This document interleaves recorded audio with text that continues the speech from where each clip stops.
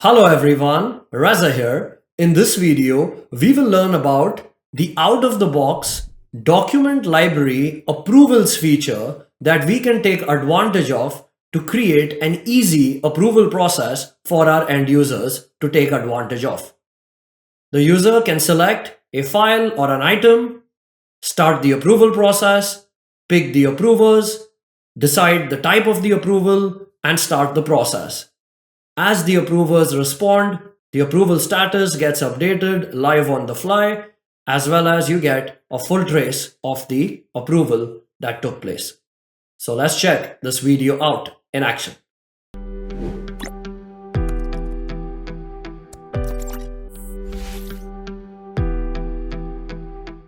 To begin configuring modern approvals for document libraries, in the ribbon, look for the Automate option.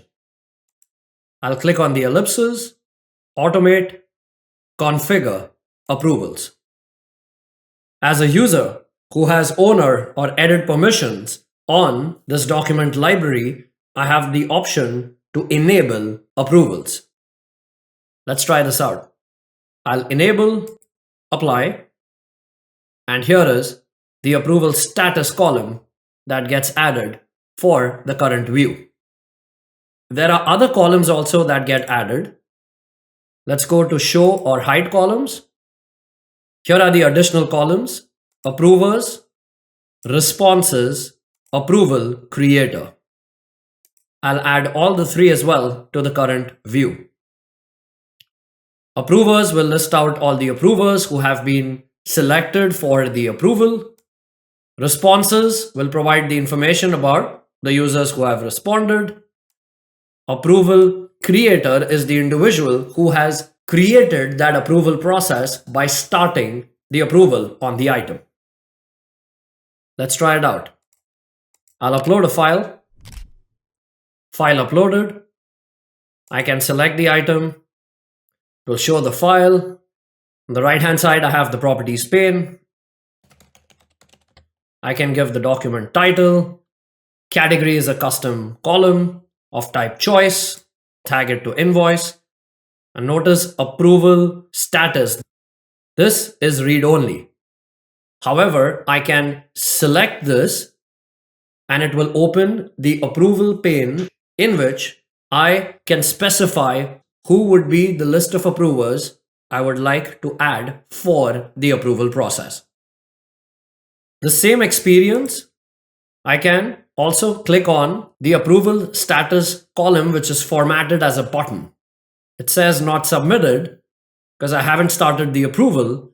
If I select this, it will open that same approval panel experience. Please note, it will only notify the selected approvers in the approvals app in Teams.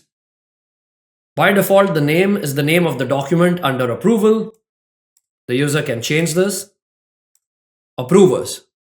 You can only select users internal to your organization. And this is a people picker. I'll pick Sarah as the approver. I can also have multiple approvers. So I'll also pick James. If multiple approvers are selected, you have the option to decide whether you require a response from all the approvers. That means every approver that you select have to say approved. If even one approver rejects it, the outcome of the approval will be rejected. If I turn this off, in that case, the first approver to respond, their decision will be considered final. For the first scenario, I'll say require a response from all approvers. Details. Here I can provide additional information about the approval request. Once I click submit, the magic begins. It's gone ahead and created the approval status column. The status changes to requested. When I select it, I can see all the details and the current state. Pending a response from James and Sarah. Approval was requested by Reza. I have the option to cancel the request if desired. If I cancel, The status will go back to not submitted. Both Sarah and James will have an update in their approval action that the requester has cancelled it. Approvers shows the approver names, James and Sarah. This is a person type column. If I click edit, I can also show the profile pictures. Same thing for responses. Currently there are no responses, but this is also a person or group column. Approval creator. This one as well is a person column.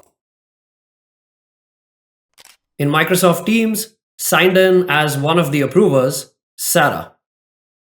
Sarah gets a notification of an approval task that has been assigned to her.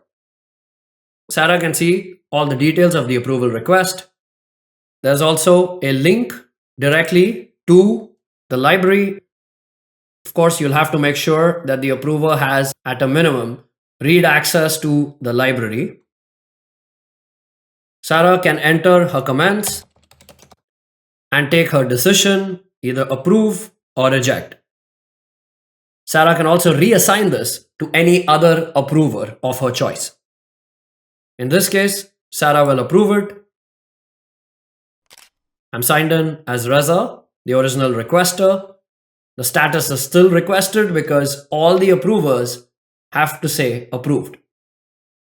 If I click on the approval status, it will give me a running indicator of the current approval. Approved by Sarah. Here are the commands. Here's the date and time at which Sarah approved. And now waiting for James's approval.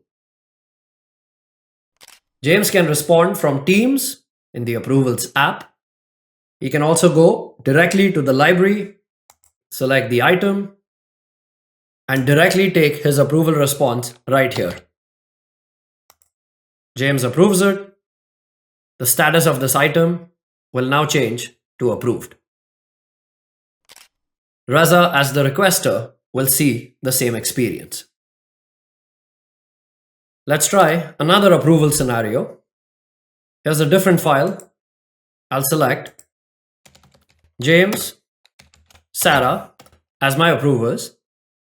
For this one, I'll turn require a response from all approvers off. That means the first approver to respond, their decision will be final. I'll submit. Both the approvers, Sarah and James, will receive the approval notification. The first approver to respond, their decision will be considered final. Sarah approves. Signed in as Reza. You can see the status has changed to approved. If I select, I'll be able to see the approval details. The first approver, whatever decision they took, that's final.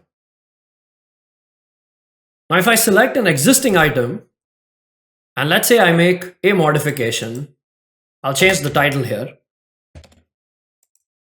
Because I'm making a change to the property of the file, or if I make a change to the content of the file, I am changing the item. There needs to be another approval process because the item is changed. This is by design. So it says the item has been submitted for approval and was either approved or rejected. That's true. Editing this item will reset the request and you will need to resubmit to ensure the approver sees the updated information. And if I accept it by applying the changes, notice the approval status goes back to not submitted. So I need to start a completely new approval process. Sarah, James. Sarah and James will get the new approval request. For this one, signed in as James, I'll go ahead and reject. The status turns to rejected. These approvals are getting stored in Microsoft Dataverse in the default environment of your tenant. In Dataverse, If I head over to tables and search for approval, there are various approval tables where the details are stored. The main approval and its status, the approval request goes out to each approvers, and more.